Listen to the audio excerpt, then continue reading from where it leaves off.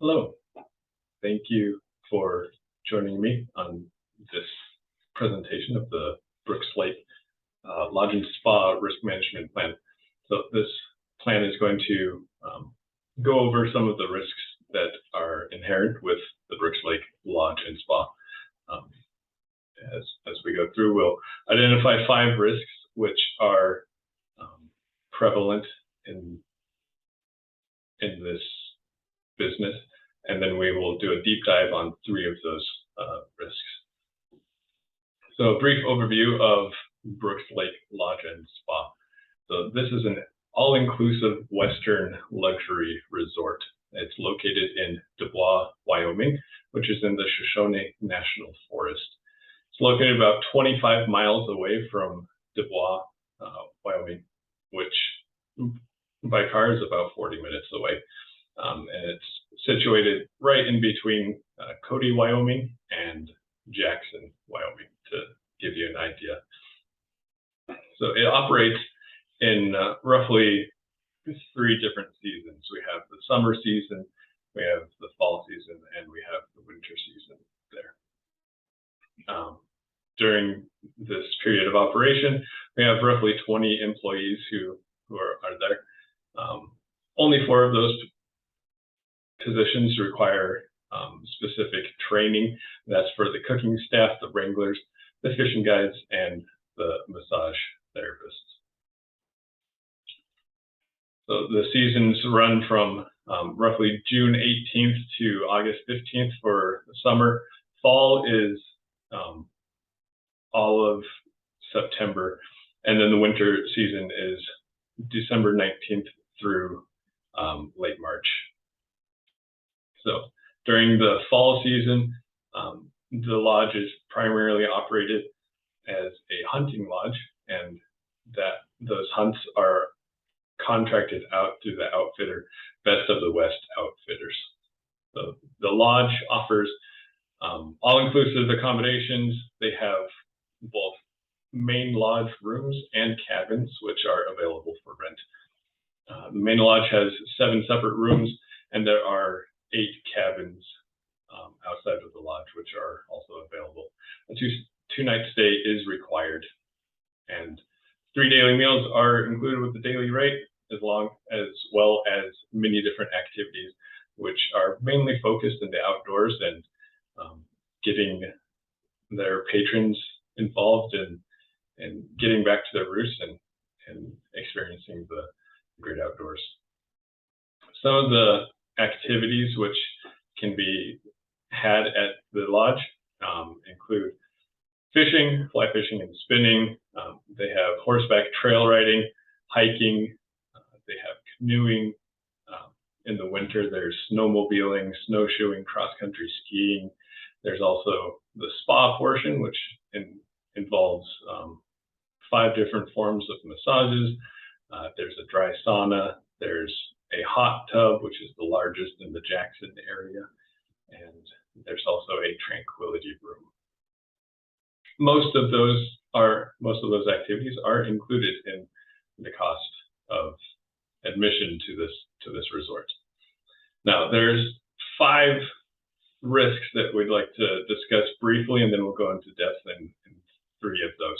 So the first one is the risk of injury to guests. As you can imagine, with the various activities that are offered, there is a level of risk inherent with those activities, especially with activities such as snowmobiling and canoeing and horseback riding. There's a need to mitigate the risks inherent there so that clients can have a good time, and so that the company can stay safe should any injuries happen.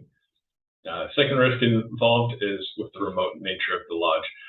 As we noted before, it's about 40 minutes away from the closest town, and that means 40 minutes away from the nearest medical facilities as well. And we'll go into more detail on that later as well. Third risk is that of breach of contract regarding the permitted use of the National Forest land upon which Brooks Lake Lodge and Spa is located. It is located in the Shoshone National Forest, and as such, it requires permits to use that land. The buildings themselves are owned by Brooks Lake Lodge and Spa, but the land is not. So that brings up some special risk considerations. The fourth risk is that of trespassing by other forest users. Because it is on public land, the lodge is not able to restrict access to the land for other national forest users. That brings some special considerations into account, especially when we take into account that the lodge has added a man-made lake. They have piles of firewood, they have livestock, horses, they have different recreational equipment there, the snowmobiles, canoes, items of that nature. So those items might present themselves as an attractive nuisance to any children that are accompanying their parents while exploring the Shoshone National Forest. And while the lodge would be benefited greatly if they could set up even a fence, a secure fence to keep unwanted visitors out, they are by law not allowed to. So implementing some other standard security measures such as cameras or automatic lighting would probably help with that. The lodge shouldn't have to worry too much about trespassers as they are in a remote location, but it is something to be cognizant of. Now, the fifth risk, which we'll briefly describe, is that of false advertising and damage to the lodge's reputation because of that false advertising. They rely almost entirely on online advertising and word of mouth. And because they are a smaller lodge, any negative reviews online could be very detrimental to their business. One example that I found while reviewing the website is on the lunch menu. So if we look into what the rates include, it notes that all 3 meals are included in the rates, in the daily rates. However, when you look at the dining tab and then you look at the lunch menu, it says that lunch is required, or lunch is reservation only, and there are prices listed on the menu next to all the items. There are no prices listed next to the food items in the breakfast or in the dinner menus. So that could create some confusion about whether lunch actually is included in the price of your stay. So little items like that, while they might appear insignificant, could really sour a customer's mood and create false expectations. So a deeper review of the lodge's online presence would definitely be helpful there. So if we dive a little bit deeper into that first risk, that of bodily injury, we need to understand that there are some activities that are inherently very, very risky. Canoeing was mentioned, snowmobiling, cross-country skiing. These are activities which can lead to fatalities. Being such a small lodge, injuries of that nature could have a very detrimental impact on the lodge and really cause the lodge to go out of business. Attached to this risk management plan is a release agreement execution process, which is to be implemented by the general manager. It describes who needs to essentially sign waivers and what activities require a waiver. And most activities are going to require that waiver.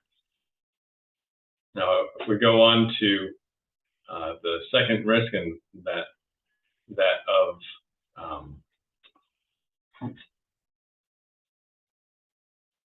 its remote location. So main risk here is that should any injury happen to anybody, or should an emergency arise, it's going to take time to get to help.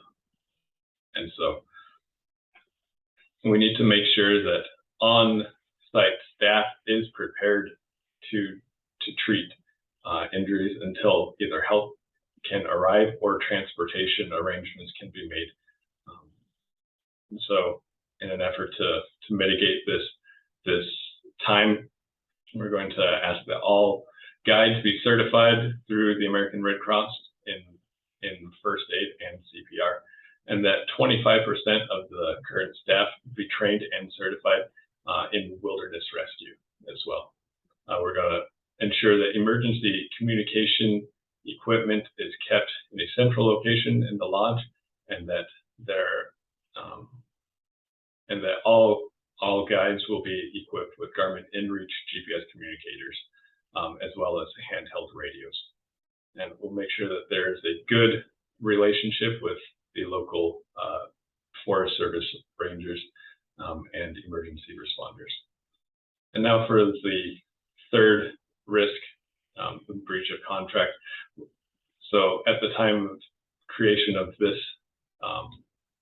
document, we were not able to find any specific information on the permits for commercial use. So the document that we have created is based on the recreation residence program, which does not allow for commercial use, but it provides some guidelines that we can extrapolate and use here. So before any additions or modifications or maintenance even is performed on these lodges or on this lodge, it needs to be approved by the Forest Service. And there is a business administration specialist which will be assigned to through the Forest Service to this lodge that we will have to coordinate with to make any of those changes. We'll also need to ensure that there is a maintenance superintendent on site who can adhere to those regulations and that can fill out the appropriate forms for applying for maintenance. We'll also need to make sure that at least quarterly, the general manager is advising the owner of the condition of the lodge and what needs to be done to bring the lodge up to compliance with the special use permit.